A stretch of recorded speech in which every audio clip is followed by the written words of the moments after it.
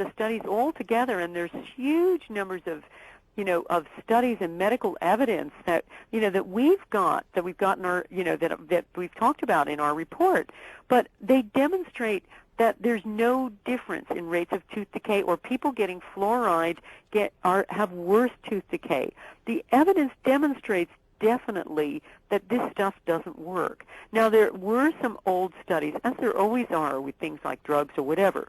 There are always studies that you can point to that show that kids do better with something. And there are, certainly there is old data showing this. But some of the newer data shows that, first of all, it doesn't look like it works when you have long studies over time, epidemiological studies, studies of populations over time, that it doesn't work in preventing tooth decay. And when you look at and really look at the references, you find that the real body of evidence shows that it doesn't work. For instance, in Germany, they had a real big study by their gas and water employees, something with 485 references. And after analyzing all the data, the report rejected water fluoridation on 8 counts. They concluded that it was foreign to nature, unnecessary, unsatisfactory, and illegal, irresponsible, harmful to the environment, uncontrollable, and inefficient. Now, that is pretty damning when you look at all of that, and that is a government being responsible in studying all the data. But I think what happens in a lot of these cases, it's commerce, it's money, and it's the government doing the easiest way of sorting out a population problem. And so they are selective about the data they take. I think you're right about that. International line, welcome to Coast to Coast. Where are you calling from? I'm calling from Halifax, Nova Scotia, Canada. Well, hello there. Go ahead. Hello. It's a pleasure to talk to you, George, and you too, Dr. Lynn. I have a theory, and it's always so fun to hear someone throw a theory at you, George, and what you can do with it. It's so entertaining and amazing. Basically, I think that the fluoride is numbing and might stupefy people, but generally people are stupid anyway. So I think that maybe, I don't know if you're familiar with the indigo babies. Yes, indeed. At all. Now, fluoride was introduced into the schools around the same time these indigo babies started being introduced. So maybe they're throwing this at millions just to get a few and numb a few minds. The sensitive mind of the indigo babies. I don't know if the doctor is familiar with this theory at all, but I'd really like to hear you talk about that, George, and it's a pleasure, and you're irreplaceable, and I will let you guys debate right now. All right, very good, and I'll let you listen on your radio. I don't know if you are familiar with indigo babies at all, Lynn. I am, yes. Are you? Okay. I'm not sure if this was done to go after a certain type of human being, but I do believe that there could be, if one listens to the sinister reasons behind things. I don't believe city officials, for example, think there's anything sinister. I think they're trying to act the best way they think they can. I think they absolutely think they're doing the public's, they're in the public's interest here. But I do believe that they're being pushed by some other mechanism that has ulterior motives here. Well, the thing is that the more you get into stuff, the more you do find out that there are conspiracies in a lot of ways. I mean, as I say, we found this with the vitamin industry. We didn't believe it. We couldn't believe that the pharmaceutical industry could be behind legislation that would stop vitamins. But they are. And so it's not beyond the pale to say that, people are being targeted to be given this stuff to dumb them down. I don't think it makes them more docile, as I say. I think it just makes people more stupid. And it could well be, but I think, the conspiracy that we could probably see is that this is, I think the most logical thing is that this is a recycling of waste.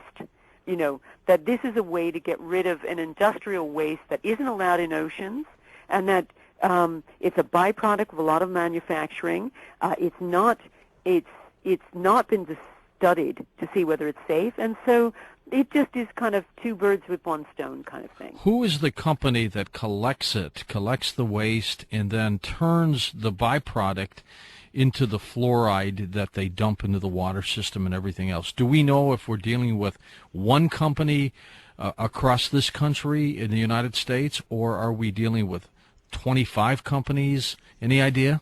I have no idea. It's a good question, George, and I'd be interested if anybody out there does know.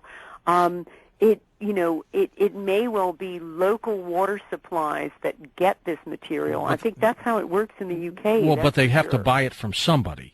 Yeah, and I would assume that they buy it off the companies that produce that have it as a byproduct.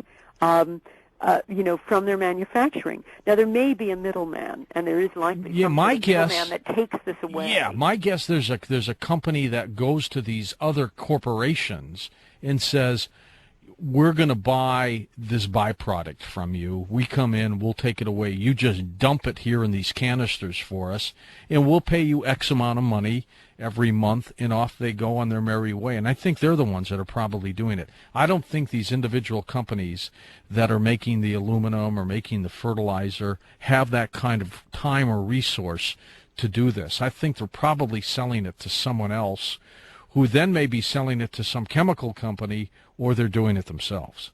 I think that sounds likely, that somebody has found a job here. Yes, and probably a pretty profitable one.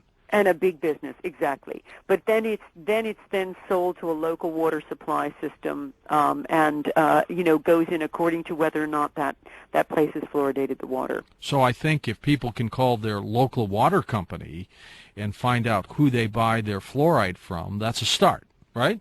Very good start, and that's a good place to campaign, exactly, to try to, I put a lot of pressure on the local water supply. Probably and find even out at some... say that we are not going to be we're going to use as little water as possible. I mean, you could even try to get your community together to use as little water as possible. If you start using different forms of drinking water, for instance, as I say, this bottled idea, you're not even using this, you cut down your water supply a lot. You could do things like that. Probably find out it's a company that probably donates to every political party in the world. Unfortunately, we are always up against a lot of money. When you're dealing with these kinds of issues, there is always, some big vested interest that's responsible. Let's go to our wild card line. You're on Coast to Coast. Hi there. Hi there, George. Yes, sir. Distinguished guest. This is a great public service. There's another distinguished British lady that wrote a book, George, called Glitter and Greed, about the diamond cartel. She spent a month in the hospital before the release of her book. She was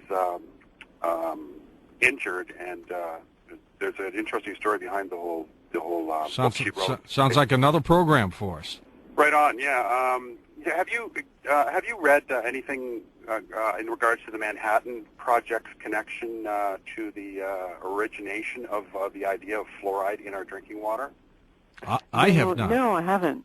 Tell us about it. If anybody uses Google, type in Manhattan Project fluoride, put a plus sign in between those three words, and you'll be amazed at the roots of where this idea came from. In the manufacturing of nuclear weapons during or just at the end of World War II, there was a large amount of fluoride waste in the production of these weapons, and there was a large geographic part of New York State that the farmers' crops were wiped out one summer, and it was during the same time as this Manhattan Project, the production of the first A-bomb. And it started from there, and they needed to do something with this costly idea of all this extra fluoride and how it was going to be recycled back into non-toxic substance. But is not one of the biggest factors in this whole fluoride issue the cost of actually disposing of the waste itself and not the sale of the fluoride? That may be a very good point, Lynn. Maybe it is so expensive to get rid of it, they have to continue to do what they're doing. I think that makes a lot of sense to me, and that is why they would push this sort of data in the face of so much evidence to the contrary. What do you do with this stuff? It's like anything. It's like diapers. disposable diapers. All this sort of waste products becomes a huge deal. Well, I'm going to find out who picks it up and who manufactures it. We'll be back in a moment. Lynn, it's probably very possible that these people who head up our various cities and governments don't understand fluoride and merely get a rubber stamp approval from somebody that has been commissioned to